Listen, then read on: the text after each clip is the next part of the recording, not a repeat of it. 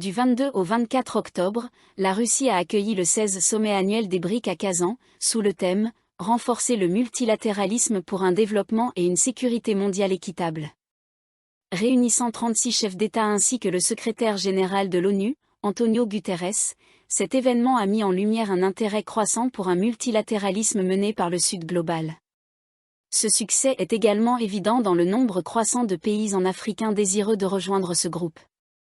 Jusqu'à présent, l'Afrique du Sud était le seul membre africain des BRIC. Cependant, après l'élargissement de 2023, l'Égypte et l'Éthiopie ont participé pour la première fois en tant que membres au récent sommet des BRIC. Lors de ce sommet, l'Alliance a officiellement annoncé l'ajout de 13 nouvelles nations en tant que partenaires, parmi lesquelles 3 pays africains, l'Algérie, le Nigeria et l'Ouganda. L'intérêt croissant du continent à rejoindre les BRIC souligne l'émergence de nouvelles puissances mondiales et d'un ordre mondial multipolaire, offrant des opportunités significatives aux nations africaines pour réduire leur dépendance traditionnelle aux puissances occidentales tout en renforçant leurs alliances avec des économies émergentes. Ce changement permet également aux pays africains de redéfinir leur engagement global. Alors que le sommet des BRIC 2024 s'achève, cet article examine les motivations des États africains à rejoindre cette organisation. Implications économiques, les BRIC comme alliés économiques de l'Afrique. Conscients de leurs faibles niveaux actuels de développement, les dirigeants africains cherchent à renforcer leurs liens avec des puissances extérieures tout en exprimant leur frustration face à l'exploitation économique par leurs partenaires traditionnels, aux conditions strictes imposées par les institutions financières occidentales et à la domination globale de l'Occident. Plutôt que de dépendre uniquement de prêteurs comme le Fonds monétaire international, FMI, et la Banque mondiale, de nombreux pays africains privilégient désormais la coopération économique avec les BRIC. Par exemple, plusieurs gouvernements dirigés par des juntes en Afrique, arrivés au pouvoir par des coups d'État, sont interdits d'accès au FMI et à la Banque mondiale. De nouvelles alternatives financières, telles que la Nouvelle Banque de Développement, NDB, des BRIC, offrent une solution viable pour réduire leur dépendance au dollar américain et alléger le fardeau des dettes et des sanctions.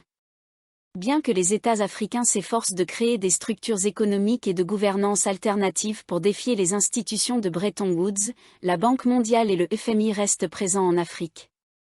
Par exemple, des membres des BRIC comme l'Égypte et l'Éthiopie continuent de compter sur les financements du FMI.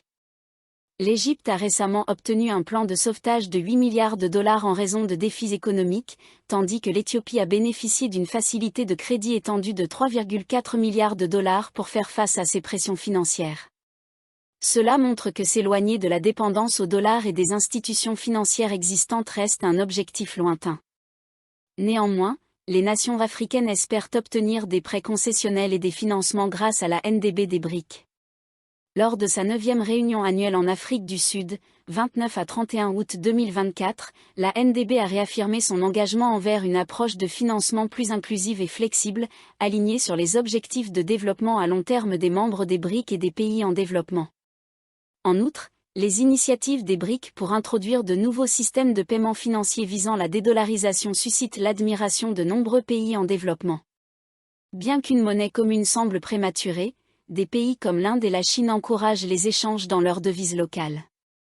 Cela permettra à l'Afrique de contourner les incertitudes liées aux fluctuations du dollar, offrant ainsi plus de choix et débloquant leur plein potentiel.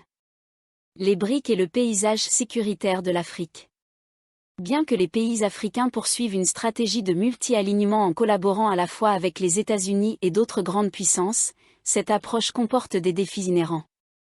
Face aux dynamiques géopolitiques changeantes, l'Union africaine, UA, et d'autres pays africains cherchent à se réaligner avec les BRIC pour relever les défis en matière de paix et de sécurité. Le soutien des BRIC à l'UA pour promouvoir le processus de paix au Soudan du Sud et à des organisations régionales comme la Communauté de développement de l'Afrique australe, SADC, pour contrer les menaces sécuritaires en République centrafricaine, RCA. Et au Mozambique met en évidence leur soutien aux solutions locales africaines. Ce soutien peut se traduire par une augmentation des ressources pour le continent. De plus, l'appui des BRIC aux initiatives de paix africaines pourrait favoriser une collaboration accrue entre les membres, fournissant ainsi à l'Afrique des ressources renforcées pour la consolidation de la paix et la sécurité. Les BRIC et la quête africaine de leadership. L'Afrique aspire à un nouveau style de leadership, incarné par des dirigeants capables de comprendre les fondamentaux d'une collaboration mondiale future, notamment dans les domaines économiques. De nombreux pays africains cherchent à s'inspirer de la gouvernance de l'Inde, de la Chine et d'autres membres des BRIC, qui prônent l'égalité politique, le respect de la souveraineté et une coopération équitable. Cependant, la rivalité entre l'Éthiopie et l'Égypte soulève des préoccupations quant à la cohésion interne entre les membres africains des BRIC. Cela a été illustré lorsque les ministres des Affaires étrangères des BRIC ont interrompu une réunion à New York le 26 septembre 2024, en raison de différends entre les deux pays sur une réforme du Conseil de sécurité de l'ONU. Les BRIC et l'échange de céréales en Afrique. Face au changement climatique, au marché fragmenté et à l'insécurité alimentaire, l'initiative des BRIC pour un échange de céréales pourrait transformer l'agriculture en Afrique. Un tel système pourrait stabiliser les prix des céréales, réduisant ainsi la volatilité pour les producteurs et les consommateurs. Avec l'appui des BRIC, l'Afrique pourrait diversifier son portefeuille d'exportation, augmentant ainsi ses revenus en devises étrangères. La voie à suivre. Pour l'Afrique, les BRIC représentent une opportunité majeure d'accroître son rôle dans la gouvernance et le développement mondiaux. Le sommet des jeunes des BRIC et la création d'un conseil de la jeunesse des BRIC offrent des perspectives importantes pour l'implication des jeunes Africains. Le projet de coopération interparlementaire des BRIC constitue une plateforme permettant aux pays africains de se connecter avec des économies émergentes sur des questions de gouvernance, de stabilité politique et d'élaboration des politiques. Ces échanges d'idées pourraient renforcer les institutions politiques africaines et améliorer les pratiques de gouvernance.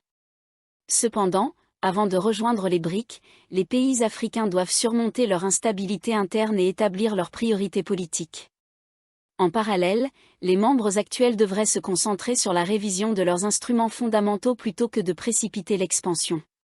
Malgré l'intérêt croissant pour les BRIC, des défis pratiques persistent. La manière dont l'UA abordera ces défis déterminera finalement son succès.